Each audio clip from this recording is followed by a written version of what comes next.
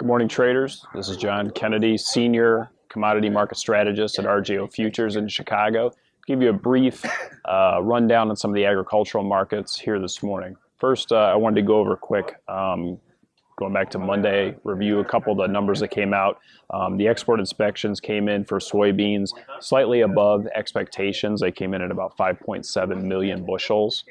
Corn came in slightly at the lower end of expectations at about 38.4 million bushels, and wheat came in exactly in line with LaSalle Street's expectations at about 18.9 million bushels.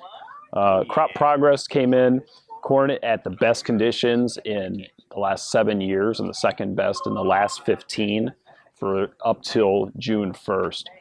Planting for corn is nearly complete. Soybeans made another big jump in their planting, and they're well ahead of the average for this point in the year. Spring wheat is right at the average pace, and soft red wheat conditions continue to improve, while hard red wheat is once again right at unchanged, right in line with expectations. Looking at the weather overall here in the U.S. is very favorable in terms of temperature and precipitation, so that can continue to be bearish on these grain markets, although we've seen over the past 2 days a bit of a bounce, which is probably attributable to some short covering after a prolonged sell-off in many of the grain markets.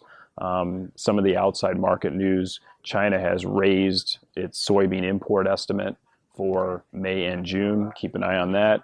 Another couple other markets to look at is continuing what's been a trend. Technically, soybean meal has set some very bullish technical parameters, so there could be a continued move to the upside.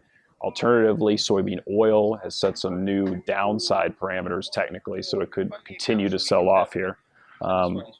As I said, there's a minor rally today, once again, in some of the beans, probably attributable to short covering, and the weather and outside factors definitely look bearish until we run into the next weather event, which could turn the markets back to the upside. Until the next time, good trading. This is John Kennedy in Chicago.